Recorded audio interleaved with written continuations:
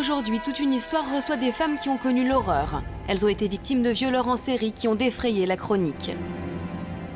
De quoi vous avez peur aujourd'hui? De vivre, c'est tout. Quelle relation vous avez avec les autres hommes? J'ai qu'une envie, c'est leur faire du mal, comme moi on m'a fait du mal. Il n'a jamais fait de mal, on doit toutes lui dire merci. Hein. C'est ce qu'il dit même aux parents de celles qu'il a assassinées à présent pendant la reconstitution. Il le dit ouvertement, elle devrait lui dire merci. L'intérêt pour les violeurs, et notamment pour les violeurs récidivistes, c'est de casser et par cet acte, essayer de posséder l'autre. Ce type vous avez tellement détruite et amoindri que la seule solution, la porte de sortie que vous trouviez, c'était de vous suicider. Ouais, c'est ça. Puis ça m'arrive souvent aussi de me... 10 ans après. Ouais.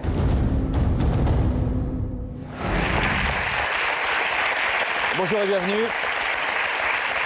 Merci pour nos invités. Bienvenue dans Toute une histoire. Leurs noms sont tristement célèbres, leurs noms font froid dans le dos parce qu'ils n'ont pas commis un crime, mais plusieurs, qu'ils n'ont pas violé une seule personne, mais plusieurs. Guy Georges, Michel Fourniret, Patrick Trémaux et d'autres encore ont commis l'horreur et l'indicible à de nombreuses reprises. Nous recevons aujourd'hui sur ce plateau leurs victimes. Ces femmes qui ont été la cible de violeurs en série.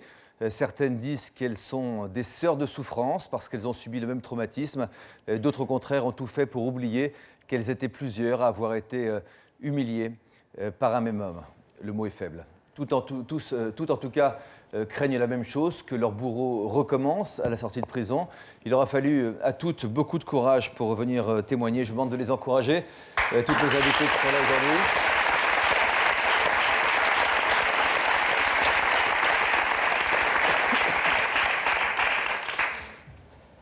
De quoi vous avez peur aujourd'hui? De vivre, c'est tout. Pourquoi de vivre? J'ai peur de vivre, en fait, parce que je vis avec lui. Il est dedans. Vous pensez souvent à lui? Tous les jours. Quelle relation vous avez avec les autres hommes? Une relation malsaine. C'est-à-dire? J'ai pas d'affection, je pense... J'ai qu'une envie, c'est leur faire du mal, comme moi on m'a fait du mal. Il y a deux autres personnes qui sont présentes dans votre vie de manière positive.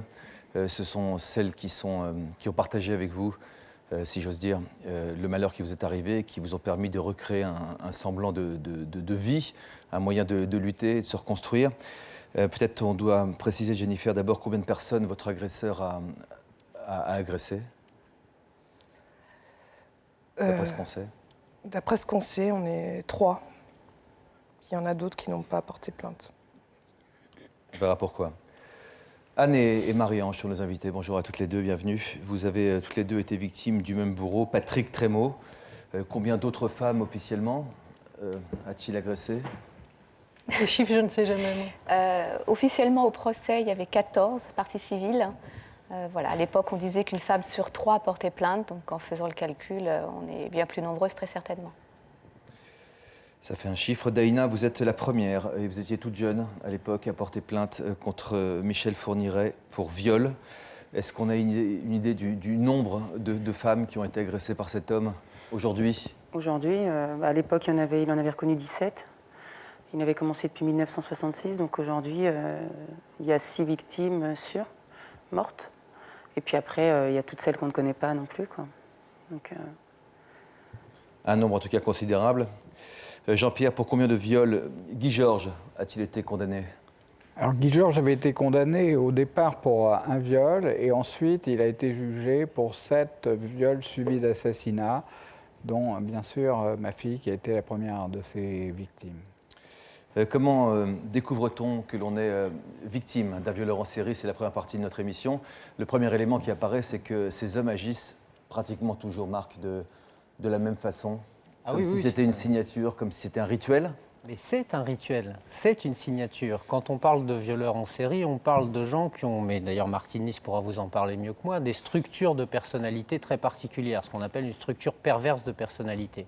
Et il y a une mise en scène, il y a un théâtralisme et il y a effectivement un mode opératoire qu'on retrouve systématiquement qui procède de leur jouissance aussi. Perverse parce qu'ils n'ont aucune considération d'humanité pour leurs victimes. C'est une notion Pour assez aller un peu vite. compliquée. Pour aller vite, c'est la négation de l'autre comme être humain.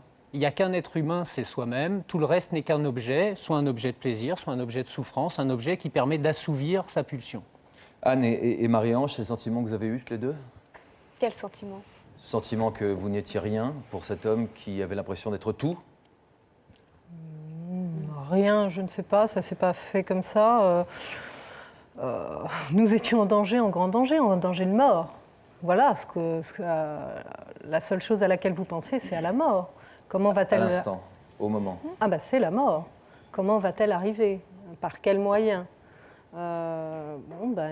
C'est surtout ça le viol, c'est surtout la vision de sa mort immédiate. Et je pense que c'est pour ça que ça marque tant. C'est que c'est un crime. Quel était son mode opératoire à cet homme? Toujours à peu près le même. Dans des parkings, un couteau, Voilà. et toujours des jeunes femmes qui se ressemblent, même si Anne est brune, Anne est blonde et moi brune, mais c'est la seule blonde de la série, toutes les autres sont brunes.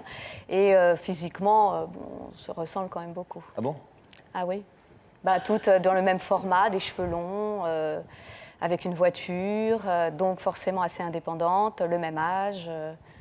Comment vous êtes-vous fait attaquer? Comme tout le monde, parking, on rentrait, on se garait et puis ils nous surprenaient par derrière, un couteau sous la gorge, ils nous emmenaient dans un endroit où personne n'allait jamais, où ils savaient très bien que là, il était tranquille. Parking, tous dans les mêmes arrondissements, je crois que c'est 10e, 11e, 19e. À Paris? À Paris, oui. À quelle heure? Oh, il y a eu toutes les heures. Moi, c'était 18h45. Anne, je ne me souviens pas. 3h du matin. 3h du matin, il y a eu toutes les heures, donc voilà. Mais il n'y a pas de stéréotype, hein. C'est pas parce que vous êtes à 2h du matin dans votre parking en mini-jupe que vous devez vous faire agresser. Oh, c'est pas du tout ce que je voulais dire. Hein. Tant mieux. Ah non, je crois qu'on a le droit de se promener à n'importe quelle heure du jour et de la nuit, où on veut et quand on veut. Non, mais c'est parce que beaucoup de gens... Ah oui, mais absolument, on fait des procès d'intention sur ce type de... Non, on fait ce qu'on veut dans la vie. On est dans un pays de liberté, jusqu'à présent, pourvu que ça dure d'ailleurs, c'était possible. Tant qu'on ne commet pas des crimes. Absolument. Est-ce qu'il vous a attaqué toutes les deux de la même façon, avec son couteau, au moment où vous sortiez de la voiture? Oui, mais en fait, c'est pas ça le plus important. Ce qui est important, c'est quoi c'est le ce plus qu'on important? ressent. Non, parce que bon, on va pas non plus rentrer dans les détails, etc. C'est bon. Voilà, on a été agressées toutes les deux, violées toutes les deux. Je dirais que ce qui est très important, c'est qu'on a le même ressenti, c'est-à-dire que dès le départ, Anne et moi, enfin, je parle pour elle aussi, parce qu'on se connaît bien, c'est qu'on a tout de suite su que c'était quelqu'un qui était un pro, que c'était pas un type qui arrivait comme ça par hasard. À quoi ça se ressent, ça? Mais ça se ressent parce que tout est préparé, parce qu'il sait exactement ce qu'il fait, parce qu'il maîtrise ce qu'il fait, parce qu'il vous met dans une situation de soumission. Il y a plein de choses comme ça. Donc c'est vrai que je dirais que les sentiments forts, c'est ça. Il y a un on le sait. rituel. On le Il sait. se fait son cinéma. Il y a un rituel. Ce n'est pas... Pas une impulsion. Ce n'est pas une impulsion. Ce n'est, j'allais dire, ce n'est presque pas un acte sexuel. C'est... Le sexuel est en plus ou à part, ou je ne sais pas comment je pourrais vous expliquer ça. C'est une arme. C'est une arme Voilà. pour détruire une femme. Il aurait pu, et il l'a d'ailleurs pour certaines, nous taper dessus. Enfin, vous voyez, c'est une arme, c'est une façon. Il aurait pu nous cracher dessus. Bon, il nous a violés, mais en fait, non, mais je veux dire, c'est vraiment ça. C'est pas l'acte sexuel par La satisfaction lui-même. sexuelle en elle-même n'est pas son premier but recherché, en tout cas, d'après vous. Je pense que ça n'a aucun intérêt quelque part. L'intérêt pour les violeurs, et notamment pour les violeurs récidivistes, c'est de casser et par cet acte, essayer de posséder l'autre. Et de posséder l'autre fait qu'il se sent invulnérable, surpuissant. Et du coup, si vous voulez, je pense que la jouissance, si on doit parler d'une jouissance, elle est là. Elle est dans la destruction de l'autre. Dans la destruction de l'autre et dans la possession de lui. Oui. Voilà. Elle n'est pas du tout dans l'acte sexuel. Elle n'est pas dans sûr. l'acte sexuel. Jennifer, votre agresseur est un manipulateur, très sophistiqué visiblement dans son mode opératoire lui aussi. Comment vous a-t-il abordé? Vous aviez 19 ans à l'époque? J'avais 18 ans. Il m'a abordé à la sortie d'une cabine téléphonique. Il ressemblait à quoi? Il avait quel âge? Il avait 40 ans. Il ressemblait à quelqu'un que j'aurais... Enfin, je sais pas. Oui, ils n'ont pas une tête particulière non plus, c'est pas marqué sur leur tête. Non, et en mais général, ils sont plutôt sympathiques, quoi. Ils font pas peur, a priori, quoi. Non, au départ, non. Donc, il m'a abordé comme ça avec un questionnaire sondage. Et puis, je voulais pas lui répondre, j'ai accepté de lui répondre. Et après, Bah, après, elle a mis en place son piège, quoi. Il Et fait vous a dit- parler... il vous a dit c'est pour un sondage, il vous a posé des questions dans la rue? Oui, dans la rue. Des questions sur quoi? Surtout la consommation, tout. Il faisait en sorte de faire parler beaucoup Et la vous, en bonne personne. citoyenne, vous avez répondu au sondage. Bah, j'étais naïve et puis je dis bon, bah, pourquoi pas. Comment vous a-t-il convaincu d'aller jusque chez vous d'abord, hein, je crois, dans un Ouais, premier chez temps, moi. Donc il m'a dit on boit un café pour continuer à parler du sondage. J'ai dit oui, bon, ok. Enfin, il a insisté et puis après, moi j'ai dit bon, ok, café et puis après je le mets dehors. Mais bon, à partir du moment où il est rentré chez moi, après là c'est bon quoi. Qu'est-ce qui s'est passé? Ben, il a commencé à changer complètement d'attitude, à devenir menaçant. Mais c'était encore vraiment sous-entendu, quoi. Donc là, j'ai eu vraiment peur. J'ai commencé à avoir peur. Et peur, et en même temps, vous nous avez dit, il vous a fait un peu pitié, quoi. Enfin, il vous a un peu, je sais pas, attendri. Oui, il était sympa, mais c'est ça qui est pas évident à saisir. Et pourquoi vous avez été chez lui? C'était pour Parce que- finir le sondage Non, c'était pour... j'avais entamé mes 3 premiers jours de fac de droit. Je venais d'arriver, il me dit, ouais, bah, moi j'ai eu des bouquins de droit, machin, j'ai fait du droit. Je vais te prêter un bouquin. Donc moi j'ai dit, il est venu me chercher en bas de chez moi, il n'arrêtait pas de venir à la fac, donc au fur et à mesure je dis, bon allez, je vais chercher le bouquin. Et alors chez lui? Ah, bah, chez lui, il a fermé. Déjà, on est rentré, il a fermé les verrous. Il a commencé à mettre en place son système, dénigrer tout le monde, me faire des Dénigrer menaces. Enfin, tout ce qui était toute ma famille, mon petit ami de l'époque, menacer ma mère, ma Et sœur. qu'est-ce qu'il connaissait de tout ça? Bah, il connaissait pas grand-chose, mais il faisait... comment dire? Vous avez surveillé pendant quelques jours? Oui. Et puis, oui. Il et avait puis- surveillé votre vie pendant quelques jours? Oui, et puis il m'a fait parler aussi de moi. Donc après, il retournait la chose. C'était un très C'est grand... partie de la manipulation, ça. Voilà, c'est ça. Donc voilà, et au fur et à mesure... Entrer dans votre tête, quoi. Voilà. Moi, j'appelle ça un viol psychologique aussi, quoi. Il est rentré dedans, quoi. Et après, il a muré, quoi. Donc, Et après, il vous a violé. ouais. Il m'a... Ouais, là, j'ai vu quelqu'un d'atroce. Comme j'ai dit, j'ai vu le diable en face de moi, quoi. Là, voilà. Et il a changé de visage? Changé de visage, ouais. Les traits n'étaient plus, en fait, les mêmes, quoi. C'est pas pareil. Et bah oui, il a fait son affaire. Ils étaient à 2, quoi. 2? Il y avait lui et son soi-disant colocataire amant. Donc ils étaient à 2 sur moi. Son amant? Oui. Mm. Ça a duré combien de temps, cette histoire? Ils l'ont fait 3 fois, donc sur 15 jours. C'est-à-dire, vous êtes revenu ensuite? Après, il m'a forcé à me ramener encore chez lui. Mais comment il vous a forcé? Parce qu'il m'a forcé en me menaçant de faire du mal à ma famille, de balancer du vitriol sur ma mère, de la violer, de violer ma sœur. Il était venu jusque chez mes parents une fois pour me faire peur aussi. Donc je me dis, c'est peut-être possible. Quand on voit des histoires faits divers, j'ai dit, ouais, c'est bon. Et qu'est-ce qui s'est passé au bout de la 3e fois? Au bout de la 3e fois, comme j'ai dit, il m'a enfermée dans ma tête. J'étais complètement enfermée. Donc je dis, comment est-ce que je vais m'en sortir? Et je ne voyais pas d'issue. Je me dis, je vais aller à l'étranger ou faire ci ou ça. Mais je me dis, non, je ne peux pas, je n'avais pas les moyens. Donc j'ai dit, suicide, quoi. Tentative de suicide. Donc comme ça, j'ai atterri à l'hôpital et je me dis, après, je vais être pris en charge et peut-être un bon moyen de s'en sortir, quoi. De lui. C'est-à-dire que c'est terrible, ce type vous avez tellement détruite et amoindrie que la seule solution ou la porte de sortie que vous trouviez, c'était de vous suicider. Ouais, c'est ça. Puis, ouais. Puis ça m'arrive souvent aussi. 10 ans après. Ouais. Je donne la parole à Daïna. Vous saviez que si Michel Fourniret avait agi de la même façon avec vous qu'avec ses autres, si j'ose dire, proies? Oui. Oui, lui, De c'était quelle toujours... façon? C'était Est-ce que c'est toujours... comparable? Sur la manipulation? Sur la manipulation, je dirais surtout la manipulation affective, ça c'est terrible parce que moi j'ai eu ce sentiment-là d'être devant quelqu'un qui était, voilà, qu'on était peut-être à sa première fois et puis qui s'en repentait vraiment, qui demandait pardon, machin, et il disait que c'était pas si grave et que... Donc je pense qu'il a fait pareil avec les autres, sauf que je ne sais pas s'il a eu le temps de parler autant. Moi j'avais 14 ans. Et il a parlé, il m'a beaucoup parlé, moi, en fait. Donc, il n'y a pas eu d'insultes, il n'y a pas eu de menaces. Enfin, la menace, si, je veux dire, il m'a attrapé le bras avec une bouteille qui était censée contenir du vitriol et qui n'en contenait pas. C'est facile, quoi. Je veux dire, à la limite, on ne va pas tester de savoir s'il a du vitriol ou pas. Donc voilà, je suis montée dans sa voiture et il m'a dit qu'il me prenait en otage, qu'il avait volé un véhicule, qu'il était poursuivi par la police et qu'il me prenait en otage et qu'il me déposerait un peu plus loin et que quelqu'un viendrait me chercher. Et ça, c'est un scénario qu'il a, si je puis dire, resservi, même là, aux victimes qu'il a assassinées après. À quel moment il a changé de comportement? Là, on a vu très clairement qu'il y a un moment où ça bascule. À la fin, il s'est arrêté. Mais lui, il est dans le scénario jusqu'au bout du bout du bout. Hein. C'est-à-dire que son film, il se le fait jusqu'au bout. Donc il se met dans la peau de son personnage, donc poursuivi. Donc là, il a roulé. Il s'est arrêté dans un champ. Il m'a dit, bon, écoutez, je vais vous laisser là. Je vais trouver quelqu'un qui viendra vous chercher. Et puis bon, je vais vous attacher. En vous voyant. Ah, il m'a toujours vous voyez. Ouais. Oui, il me donnait du mademoiselle, vous vous exprimez très bien, vous faites bien les liaisons, ça. Enfin, voilà. Et donc, c'était important. C'est bizarre. Oui, mais c'est ça. C'est ça le cinéma, c'est ça le rituel.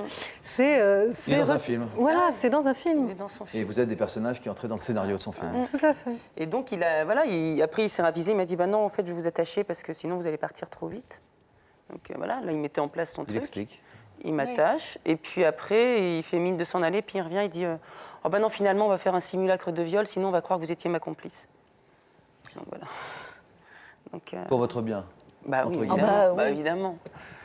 Il n'a jamais fait de mal, on doit toutes lui dire merci. Hein. C'est ce qu'il dit même aux parents de celles qu'il a assassinées à présent pendant la reconstitution. Il le dit ouvertement, elle devrait lui dire merci. Il leur a rendu service, donc voilà. Pourquoi ? Il a des grands troubles psychiatriques. Il n'est pas seulement dans des rituels, il a vraiment une perversion maximum. Donc tout est bon pour sa jouissance et il en retire de la jouissance lors de la reconstitution. Mais ce sont des troubles contrôlés ou incontrôlés? Je ne crois pas qu'on puisse encore aujourd'hui au monde dire que l'on connaît particulièrement profondément la psychologie de ces grands criminels. On est toujours en recherche pour comprendre. On peut dire qu'il y a des dissociations d'identité, c'est-à-dire qu'ils sont plusieurs personnalités. Ça, c'est forcément le cas. Ce qui fait qu'ils échappent très souvent, d'ailleurs, aux investigations. Mais on n'a pas encore tout trouvé. On commence. Moi, je suis vraiment très contente pour ces personnes qu'il y ait des associations de victimes qui se créent pour pousser à la réflexion, aussi bien au niveau légal qu'au niveau psychiatrique. Quand j'entends Jennifer, c'était il y a 10 ans, Jennifer aujourd'hui dans un état d'émotion, je pensais que vous pourriez vous en débarrasser, enfin vous en délivrer facilement, etc. Dès le début de l'émission. C'est pas le problème physique. C'est pas l'atteinte physique qui est indélébile. C'est le moment où on s'est senti à la merci de quelqu'un dont la seule préoccupation était justement de vous annihiler, de faire en sorte que vous ne dépendiez plus que de lui. Là, on sent mourir. Même quand ça dure quelques minutes dans un parking, il y a ce moment où on n'est plus rien et on n'est plus qu'à la merci de lui. Et ce qu'a cette jeune fille, c'est qu'elle ne se sort pas de cette mainmise qu'il a eue sur elle, même s'il est à des milliers de kilomètres, même s'il est en prison.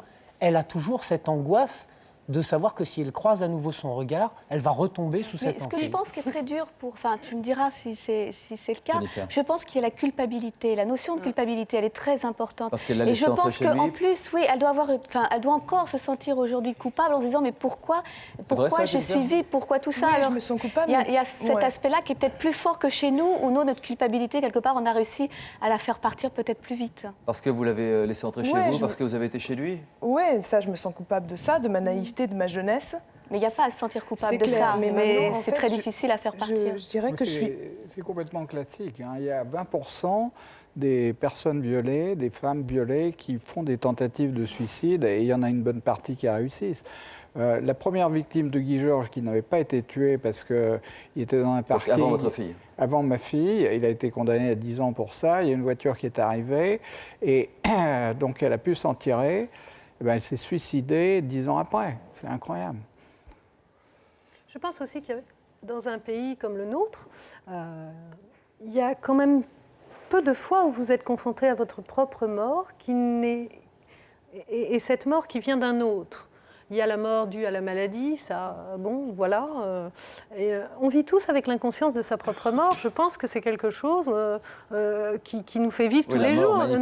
Notre immortalité, on vit avec, sinon, voilà. Et là, la mort est là, et elle est pour vous. Et elle est prévue, et elle est mise en scène, mise en orchestre par quelqu'un d'autre. Et quelque part, vous faites partie de cette mise en scène aussi. Enfin, donc vous êtes plus un sujet, vous êtes un objet. Tout et ça, à vous avez beaucoup parlé de l'importance des détails que Guy Georges mettait dans chacun de ces crimes et de ces viols. On va revenir là-dessus après ce portrait de celui qu'on a appelé le tueur de l'Est parisien.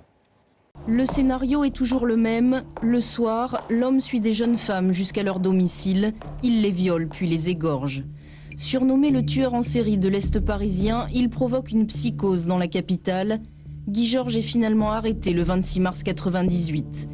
Il est soupçonné d'avoir violé et tué Pascal, Catherine, Elsa, Agnès, Hélène, Magali et Estelle. Les victimes de Guy Georges sont toutes des jeunes femmes extrêmement dynamiques, qui ont une aura de vitalité très puissante, qui sont des jeunes femmes à qui tout réussit dans l'existence. Et Guy Georges, qui est un raté, un marginal, sait très bien que dans sa vie quotidienne, ce sont des jeunes femmes qu'il ne pourra jamais approcher. Donc Guy Georges est en quelque sorte un vampire psychique.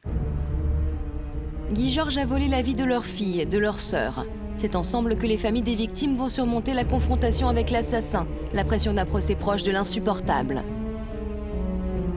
Le caractère exceptionnel du procès était donné par le nombre des familles de victimes et du coup l'intensité de l'horreur et l'intensité des liens qui se créaient. Le verdict tombe. Guy Georges est condamné à la réclusion criminelle à perpétuité, assorti d'une peine de sûreté de 22 ans. Ce qui m'intéresse, moi, maintenant qu'il a eu sa peine incompressible de 22 ans, maintenant je veux pas qu'il sorte. Voilà, mon problème maintenant, c'est que Guy Georges ne sorte pas de prison, parce qu'il peut recommencer. Et on sait qu'en général il recommence, donc c'est pas la peine de continuer les dégâts. 3 semaines après le procès, Ghislaine organise un repas chez elle pour ne pas rompre les liens avec les familles des victimes. Après le procès, une des mères de victimes nous a invités à un repas qu'elle avait organisé chez elle à la campagne. J'ai tout de suite eu envie de dire oui, j'ai tout de suite dit oui. J'ai pas du tout pensé que ça pouvait être une thérapie, ce repas. C'était une continuité. Je pense que, voilà, pour moi, c'était une continuité du procès, mais c'était pas du tout une thérapie. C'était un moment d'humanité, un moment de vie, après cette douleur et ce combat que nous avions mené ensemble. Et c'était simplement beau. C'était le printemps, et c'était la preuve que le soleil peut briller quand même. La vie était plus forte que Guy Georges, et c'était bien.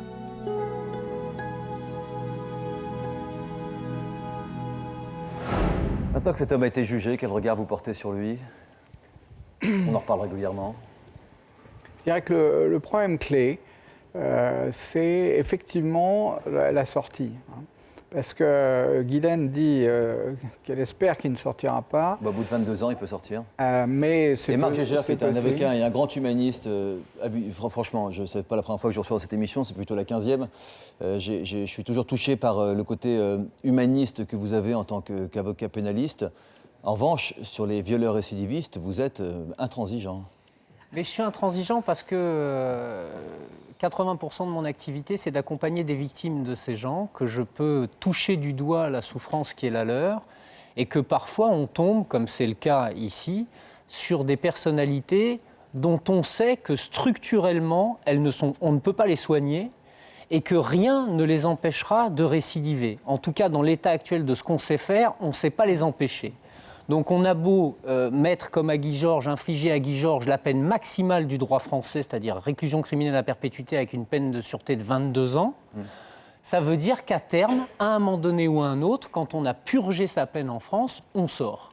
Pour revenir quand même sur ce que vous avez posé comme question, je crois qu'effectivement le fait d'être une communauté, et c'est ce que marquait aussi ce déjeuner extraordinaire après le procès, le fait d'être une communauté, on se sent quand même ce déjeuner de tous ouais. les parents des victimes de Guy avec Georges. les avocats, avec les policiers, il y avait le juge Thiel aussi, extraordinaire. Oui, Jennifer, ça vous a fait beaucoup de bien aussi de savoir que vous n'étiez pas la seule, de vous dire je ne suis pas un cas isolé, c'est pas de tomber sur moi, c'est pas toute la culpabilité du monde que je dois porter sur mes épaules. C'est pas moi qui suis sale ou qui suis faible ou qui suis fragile ou qui suis une cible.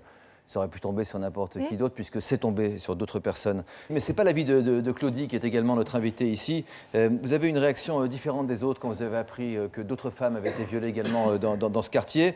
Ouais. Vous étiez angoissée, en fait, par cette idée qu'il avait agi à plusieurs reprises. Le fait d'être plusieurs, ça vous a plus inquiété que rassuré, j'ai l'impression?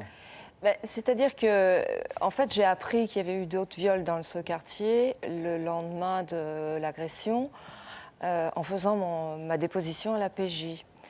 Et ça a déclenché, en termes de moyens déployés par la police judiciaire, une forte augmentation, puisqu'ils ont fait venir la police scientifique, chez moi notamment, et je me suis demandé pourquoi ils ne l'avaient pas fait plus tôt. Donc c'est à ce titre-là, je leur en ai voulu, mais pas longtemps, en fait, parce qu'ils m'ont beaucoup aidé par ailleurs. Daïna, vous avez appris que vous n'étiez pas la seule victime de Michel Fourniret. Combien de temps après votre agression? 2 ans. Combien? 2 ans après. De quelle façon? On est venu sonner à ma porte et c'était 2 inspecteurs du SRPJ de Versailles qui m'ont dit, ben voilà, on a retrouvé votre agresseur et il faut que vous veniez l'identifier parce qu'il vous a... il nous a dit que vous étiez son cas le plus grave. Et moi, je ne voulais pas y aller parce que j'avais peur. Fourniret avait dit dans ses aveux que vous étiez son cas le plus grave. Oui, parce qu'il a fait des jolis aveux. Bon, il n'y avait pas des moyens informatiques à l'époque, mais il a fait un beau tableau à la fin de sa garde à vue, avec le nom des victimes, circonstances de l'enlèvement, le lieu, ce qui s'était passé, s'il leur avait parlé, ce qu'il leur avait dit. Et puis bon, moi, il a écrit cas le plus grave. Donc, Vous nous expliquerez tout à l'heure que vous avez ressenti de la culpabilité, vous aussi, en apprenant que cet homme aurait violé, peut-être tué d'autres femmes après vous. Je précise que Michel Fourniret n'a pas encore été jugé pour tous les meurtres dont on l'accuse, doit donc prendre des précautions particulières. Il y a à ce jour un violeur et un meurtrier présumés. Voilà, Michel Fourniret, c'est celui que l'on a surnommé le forestier des Ardennes. Voici en quelques secondes son portrait en images. C'est bien le profil d'un tueur en série qui émerge peu à peu de l'enquête des policiers et des aveux. On présente désormais Michel Fourniret comme un routard du crime, un psychopathe qui aurait toujours utilisé le même mode opératoire pour enlever ses victimes. Hier, il avoue avoir tué 7 personnes. Elisabeth Brichet, une fillette de 12 ans enlevée près de Namur fin 89. Il avoue ainsi avoir violé et assassiné 4 jeunes filles françaises. Isabelle Laville, 17 ans, disparue en décembre 87 près d'Auxerre. Fabienne Leroy, disparue en 88 à Mourmelon. Un an plus tard, Jeanne-Marie Desrameaux, étudiante de 22 ans, enlevée à Charleville-Mézières. Enfin, Natacha Danet, disparue en novembre 90 dans la banlieue de Nantes. Désormais, en France comme en Belgique, des dizaines d'affaires vont être relancées. Tout a réellement commencé en 1982 avec l'agression sexuelle de Daïna, alors âgée de 14 ans. Elle est la première victime à porter plainte. Fourniret est condamné en juin 1987, il sera libéré 4 mois plus tard. Commence alors l'escalade dans l'horreur. Fourniret, le criminel sexuel, devient un tueur en série présumé pour que ses victimes ne parlent plus, comme a osé le faire Daïna, la survivante. Qu'est-ce que vous souhaitiez au fond de vous, Daïna, quand vous avez rencontré les autres victimes et les familles? Quand j'ai appris c'était en 2 temps, en fait, en 2003, quand il a été arrêté, je me suis dit, il faut que je les rencontre, il faut que j'aille vers la famille de Marie Ascension, notamment. Et puis, j'ai plongé dans une grosse dépression. Et puis, parce que j'ai commencé à me dire, en fait, tu n'as même pas été capable d'empêcher qu'ils recommencent. Qu'est-ce que vous avez pu échanger avec ces femmes? Rien. Rien. Lui, il en avouait 17, on était 5 au moment du procès. Et puis, on ne s'est pas parlé, bizarrement. On ne s'est pas parlé. Non, du tout. Rien à échanger? Non. Rien à partager? Non. Non, je ne sais pas, je ne peux pas l'expliquer. Je pense qu'on était toutes jeunes et peut-être on reste quelque part dans sa solitude ou dans sa souffrance et puis dans sa peur. C'est difficile d'être dans une cour d'assises, d'être devant des jurés, d'être... Le procès, c'est assez ignoble parce qu'on a des numéros. Alors numéro 1, numéro 2, Par numéro ordre d'apparition 3, des victimes numéro 4, oui, par date. Alors moi je ne sais plus quel numéro. 8, numéro Voilà, 9. Elle sait tout ça, elle, très bien. Donc voilà, moi je suis numéro 8. Donc c'est assez sordide d'être le numéro 8 parce qu'il y a un numéro 9. avec un jury. C'est-à-dire de me dire, zut, je suis allée porter plainte tout de suite et ça n'a pas stoppé tout de suite. Il y en a eu d'autres derrière. Et puis j'avais une grande envie, c'était d'aller remercier les policiers qui nous avaient reçus. Il s'avérait qu'on était tout à peu près passés par la même police judiciaire qui avait été remarquable et nous avait permis c'est bien qu'on le signale. De transcender beaucoup de choses, j'allais dire. Oui, il faut signaler les bons policiers. On peut citer leur nom. Mais du coup, ce qu'on a fait par la suite, c'est que... Donc nous sommes allés les voir toutes ensemble. Nous sommes allés dîner avec eux tous ensemble. On les a invités à la pizzeria. C'était assez étonnant. Tous les policiers d'un côté, dîner, les filles de l'autre. Oui, toujours voilà. le dîner. Voilà. Et très vite, nous avons ri. Très vite, nous avons ri. Et très vite, on s'est dit, on va se revoir, parce qu'on rit ensemble. Et on rit ensemble sans le regard des autres qui vous disent « Mais pourquoi, comment ça se fait qu'elle arrive à rire encore après ce qui lui est arrivé ?» Oui, sans une curiosité qu'on peut juger comme étant malsaine. Et on peut sortir des blagues de fesses oui, et même rire. Des blagues limites, hein. On y arrive très bien. Et on peut continuer tout ça. Limite, c'est-à-dire... de fesses, voilà. Et les autres blaguer avec ce qui s'est passé, quoi. Enfin, c'est une façon d'extérioriser, de s'en débarrasser. Mais aussi. je veux dire, on peut vivre normalement, comme les autres. Qu'est-ce que vous en pensez? Je pense que c'est vrai qu'on peut blaguer sur ce qui s'est passé, ça c'est clair, mais... Les autres ont beaucoup de mal. Et puis il faut savoir qu'en arrivant avec une histoire comme celle-ci, on fait beaucoup de mal, et il faut le reconnaître, on fait beaucoup de mal à nos familles. C'est très dur aussi pour les familles d'accueillir un enfant, une sœur, un frère, n'importe qui, avec ce poids. Comment l'aider? On n'est pas prêt à aider l'autre dans cette souffrance-là. Comment faire en sorte que l'autre puisse vous en parler sans avoir l'impression d'être intrusif ou d'être dérangeant? Claudie, vous avez refusé de rencontrer les autres victimes. Vous, au moment du procès, vous avez réagi tout à fait différemment. On va en parler dans un court instant. Claudie nous explique pourquoi elle a préféré donc ne pas rencontrer. Vous êtes 7 Oui. 7 à avoir été violés donc, par le même homme. Son témoignage juste après ce message de la rédaction Toute une histoire. Vos complexes vous gâchent la vie. Vous faites une fixette sur une partie de votre corps. Très timide ou complexé intellectuellement, vous n'osez pas aller vers les gens. Vous avez dépassé vos complexes. Vous êtes en couple avec une ou un grand complexé. Pour nous raconter votre histoire, contactez-nous au 0820 16 30 15 ou connectez-vous sur le site de l'émission.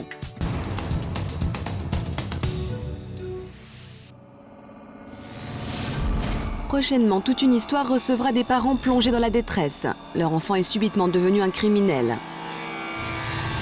On ne comprend pas ce qu'a fait notre fils et on ne pourra jamais leur rendre leur fille.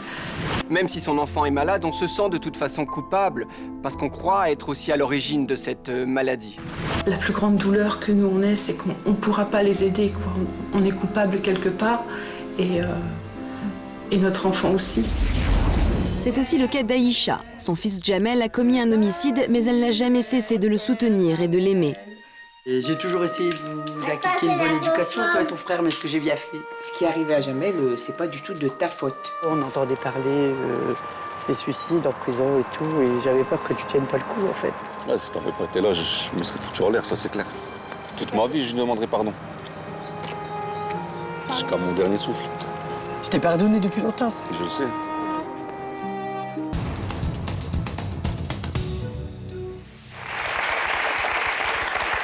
C'était quand ce procès? Le procès a eu lieu en 2004, il a été arrêté en 2001. Les faits me concernant dataient de 2000. Et la première victime, c'était en 99, pour être précis. Qu'est-ce que vous avez finalement ressenti à l'égard des autres victimes, au fond de vous? Beaucoup de compassion. Beaucoup de compassion. Il y avait effectivement un lien assez indescriptible et je citerai simplement une anecdote qui m'a frappée dans cette procédure. C'est au moment de son arrestation à travers l'identification. Nous ne l'avions pas vu parce qu'il était masqué. Il nous a bâillonnés. Donc au procès, vous avez découvert son visage? On a découvert son visage au procès. Qu'est-ce que ça change? Ça change tout, ça met du sens, ça met du concret, je dirais. Et ce qui m'a frappée, c'est surtout lors de l'identification, c'est que nous ne l'avions pas vu et nous l'avons toutes reconnue. Alors nous avons fait des dépositions au conditionnel Mais nous l'avons toutes reconnu. 3 jours de procès, 15 ans de réclusion criminelle. Oui. Comment vous avez réagi au verdict? On est un peu déçus, bien évidemment, parce que l'avocat général avait requis 18 ans, une forte conviction. Alors, très déçus par le fait qu'il n'y ait pas d'injonction de soins. Parce que j'ai été immédiatement convaincue de sa dangerosité. C'est quelque chose qu'on a en soi. Les autres victimes le partageaient aussi, et avec une sorte de certitude qu'il recommencera. On en parlera tout à l'heure avec Marc. À quelle peine a été condamné votre agresseur, Jennifer? 15 ans. 15 ans aussi. 15 ans, moi, ça ne me suffit pas. 15 ans de réclusion Ça ne pourra jamais suffire. pour les 3 viols qu'il a commis. Jamais. Je précise qu'il a fait appel, puisque maintenant on peut faire appel Oui. depuis quelques années, c'est assez récent. Cette affaire n'est donc pas terminée, il est donc pour le moment encore violeur présumé. Il n'est pas violeur reconnu. Depuis le procès, vous êtes resté très proche d'une autre victime. Un lien assez particulier qui vous unit, comme le démontre ce reportage que nous vous avons consacré. J'avais 18 ans à l'époque des faits. J'étais fragile, naïve. J'entame ma fac de droit. J'accepte de répondre à un sondage. Un homme de 40 ans à l'époque. Et après, il me propose un café chez moi. Il m'a forcé. J'ai dit oui. Et au fur et à mesure, il a refermé le piège jusqu'au viol. J'avais 20 ans. J'étais en fac de sciences. Un homme m'a abordé. Il a lourdement insisté pour qu'on aille boire un verre tous les deux. Donc je me suis retrouvé dans un engrenage et par la suite, il m'a violé 2 fois. Il m'a violé 2 fois. J'avais 16 ans et j'étais au lycée, j'étais en seconde. Et un soir, dans un bar, j'étais tout seul. Il a commencé à me parler, il se montrait très gentil, très flatteur aussi. Il m'a incité à boire de l'alcool, à consommer de l'alcool. Et bon, au bout de quelques temps, j'étais dans l'ivresse la plus totale. Et c'est à ce moment-là où il a abusé de moi et il m'a violé. Jennifer, Romain et Félix ont été victimes du même homme. L'accusé abordait toujours les adolescents de la même façon. L'homme est décrit par ses 3 victimes comme un manipulateur. C'est un personnage qui a une double face. Il s'attaque à des gens fragiles, faibles, jeunes. Et après, il en fait des jouets, quoi. Quelqu'un qui tisse sa toile petit à petit pour emprisonner sa proie, quoi. Pas plus intelligent qu'un autre, mais il est très conscient de la souffrance qu'il fait endurer à ses victimes. Et pour moi, c'est un pervers, il est extrêmement manipulateur et extrêmement dangereux. 7 ans après le viol, Jennifer retrouve Félix. C'est ensemble qu'ils décident de porter plainte. Le procès a lieu en février 2007. Ils font connaissance avec Romain, abusé par le même homme. Toute seule, c'est trop dur d'aller dans cette grosse machine judiciaire. Donc quand j'ai su que tu étais là, j'ai dit je suis pas toute seule et on va me croire. Comme moi, tu avais le sentiment qu'à plusieurs, on était plus forts. Voilà, c'est ça. Tu te dis après, tu as plus de raisons que les gens te croient parce que, tu vois, c'est... Déjà, toi-même. Ouais. Parce qu'à un moment où tu te doutes, tu te dis, mais attends, où est-ce que je suis là? Est-ce que je suis pas en train de me faire un gros film? Et finalement, quand tu sais qu'il y en a d'autres... Ça prouve qu'on peut s'entraider. Et qu'on n'est pas des menteurs, c'est tout. On serait peut-être jamais connus avant, on n'aurait jamais gardé de lien, mais là, on a un lien, c'est quand même bizarre, quoi. On se retrouve, on sait pourquoi on se retrouve. À cause de lui. Condamné à 15 ans de réclusion criminelle, l'accusé a fait appel de son jugement. Les 3 jeunes gens, eux, continuent à se voir régulièrement. Leurs discussions tournent sans cesse autour de cette affaire. J'aime bien votre compagnie, quoi. Enfin, c'est vrai qu'on est bien tous les 3 à discuter de notre histoire commune. Je pense pas que le groupe soit un frein tant qu'on arrive à positiver les choses. Mais c'est vrai que j'ai pas envie que ça prenne non plus une place trop importante dans notre vie, quoi. Et c'est important d'en parler un peu pour faire sortir tout le puits qui nous pourrit de l'intérieur. Mais quelque part, c'est destructeur, parce que ça nous renvoie tous les 3 à notre passé. Mais t'imagines, on aurait été chacun de notre côté, qu'est-ce qu'on aurait fait? Moi, j'aurais peut-être pas porté plainte, toi non plus. On aurait été chacun en train de faire quoi, là? Il sera encore en train de continuer. Après, ouais, c'est vrai qu'il faut tourner la page, quoi. Donc, je sais pas, moi, pour l'instant, j'arrive pas à la tourner, la page. Et vous comprenez que Romain et Félix, parfois, aient envie de tourner la page, eux? Ouais, je comprends, ils ont raison. Mais moi, je n'arrive pas à la tourner. Ouais, ils ont raison. Parce qu'on ne peut pas continuer à vivre comme ça, c'est pas possible. C'est de la destruction, enfin moi je sais que c'est ça, quoi. Quand vous voyez tous les trois, vous avez l'impression de ressasser votre histoire ou de pouvoir avancer un petit peu grâce à l'humour qui a été évoqué, grâce Oui, ça en fait, ça. De l'humour aussi, mais bon, on sait pourquoi on se voit, quoi. Parce qu'il y a ça. Donc, Et vous en êtes où de vos relations avec les hommes depuis ce dont vous nous avez parlé tout à l'heure, depuis le procès? Ben, j'en suis au stade où j'ai plus de relations et j'ai pas envie d'avoir de relations parce que j'ai pas envie d'avoir une relation malsaine, en fait. J'ai envie de me sortir de mon schéma d'agresseur, quoi, entre guillemets. Vous avez essayé une thérapie ou quelque chose comme ça? Oui. D'en parler avec... Ouais. Avec quel résultat pour l'instant? Pas de résultat. C'est long, hein? Enfin, moi, la culpabilité, je l'ai portée depuis l'agression, depuis que j'ai 14 ans. Le mal-être, enfin voilà, de ne pas être bien dans ma peau, de me dire en permanence que je suis nulle. Aujourd'hui voilà. encore? Ouais, ça continue, bien sûr. Là, je commence à avancer un peu, mais bien sûr qu'il y a des choses qui restent, quoi. Mais je crois que c'est aussi lié à d'autres événements de la vie. Mais en dehors de ça, moi, je vais bien. Mais je me rends compte aussi que je casse probablement plein de choses, même dans ma vie de tous les jours, dans mon rapport avec voilà, avec ma famille. Je crois que ce qui est difficile, c'est de se dire, est-ce qu'on peut être aimé? Moi, j'ai eu du mal quand mon mari m'a rencontrée. Je me suis dit, mais comment lui, qui est si... voilà, comment moi, la vilaine chose, il peut m'aimer? Comment ça va avec votre mari? Ça va. Il vous aime? Vous y croyez aujourd'hui? Je sais pas. Je pense, là, je crois qu'il m'aime. C'est combien de temps? Ça fait 18 ans et demi. Applaudissements, parce que 18 ans et demi de nos jours...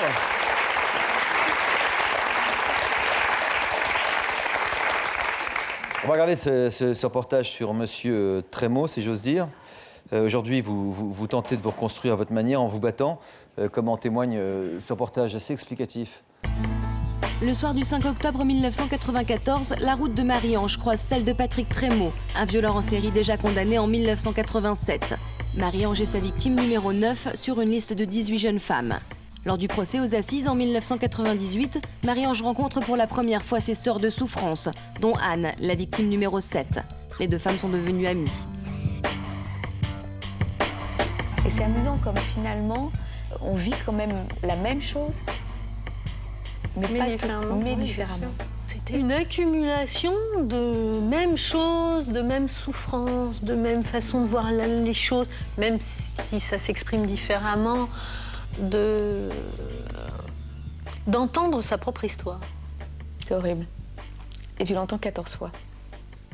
Oui, c'est horrible, mais c'est vachement soulageant. Dans une configuration de procès d'assises, le fait d'être plusieurs victimes, je pense qu'effectivement, ça peut être quelque chose de plus fort, qui aide, parce qu'on n'est pas isolé et que ce cauchemar qu'on a vécu, il y a d'autres personnes qui peuvent parfaitement le comprendre puisqu'elles l'ont vécu aussi. Oui, ça peut être une force, ça peut donner une force, je crois. Ouais.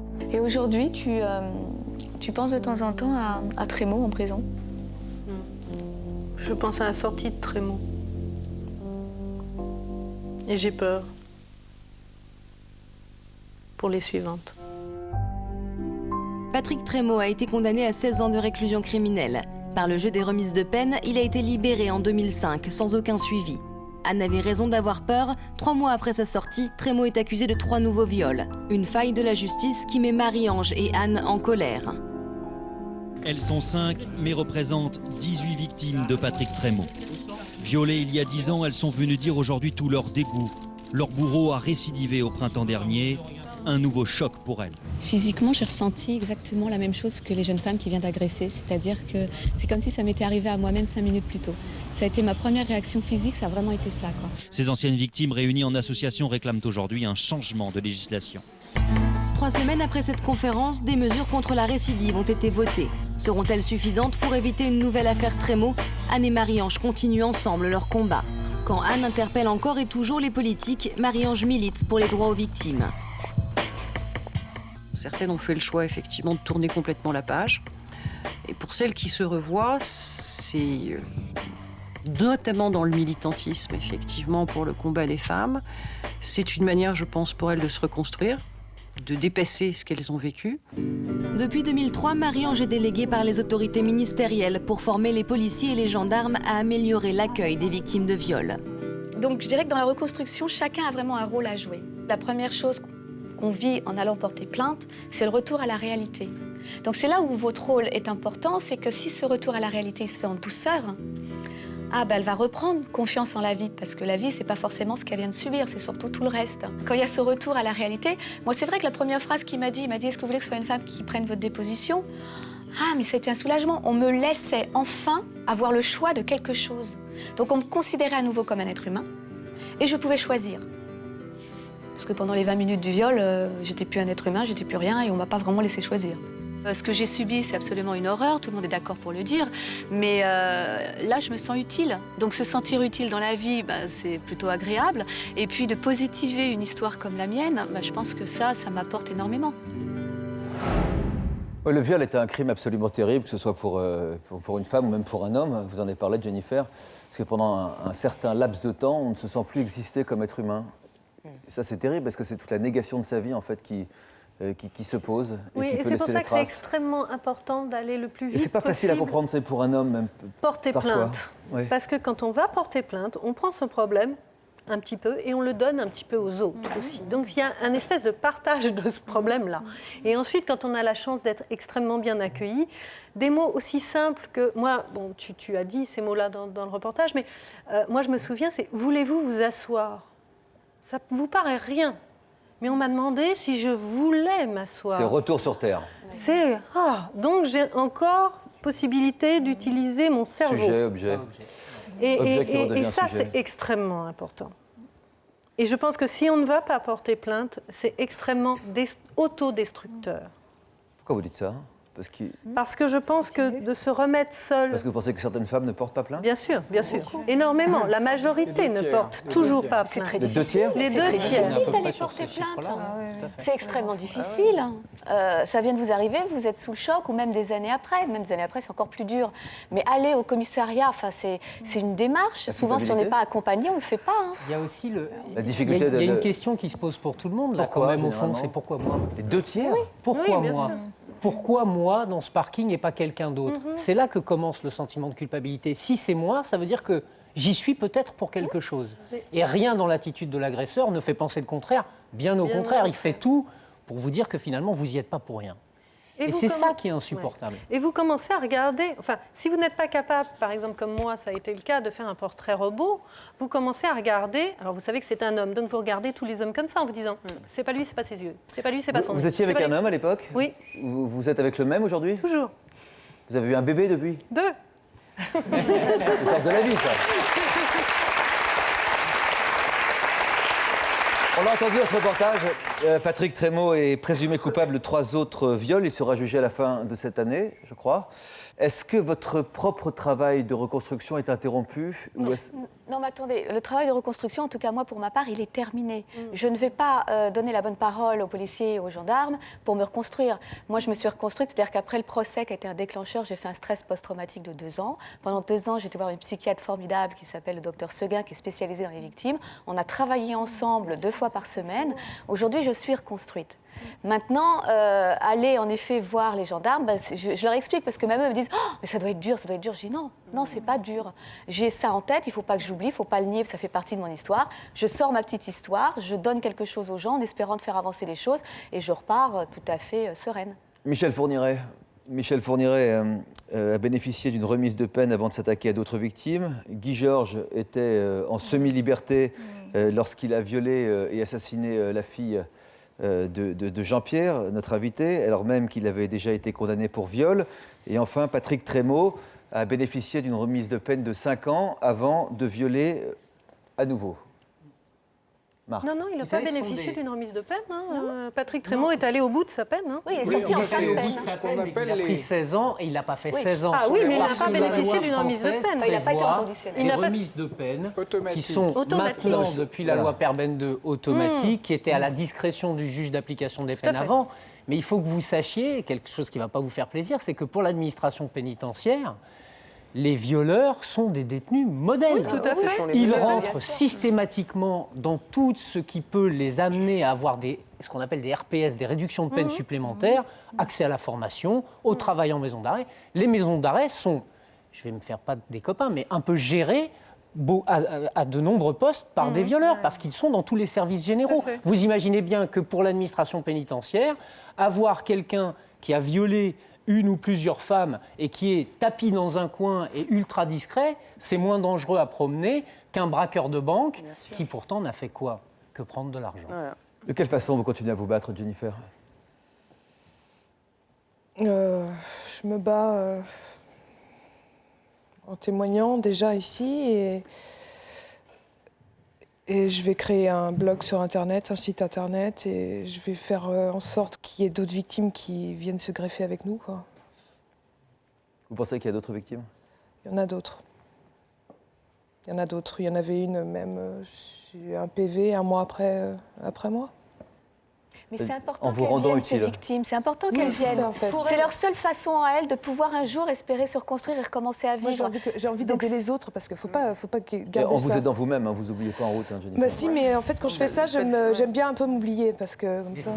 Parce que comme ça, c'est la souffrance à l'état brut, donc il vaut mieux s'oublier et s'aider à travers les autres. Oui. En aidant les autres, vous vous aidez vous-même. D'abord, à un peu oublier votre souffrance. Sans doute, mais il faut aussi qu'elle pense à elle-même véritablement dans sa vie privée. Parce que Daïna nous dit, je ne sais pas si mon mari m'aime vraiment, je vous le souhaite, 18h30. Non, mais non, ça y est, je sais. Mais Jennifer a un problème relationnel terrible avec les hommes aujourd'hui. Qu'est-ce que vous avez envie de dire, Martine? Ce qu'on sait aujourd'hui, c'est que effectivement, la procédure judiciaire aide à donner du sens et permet de faire du lien.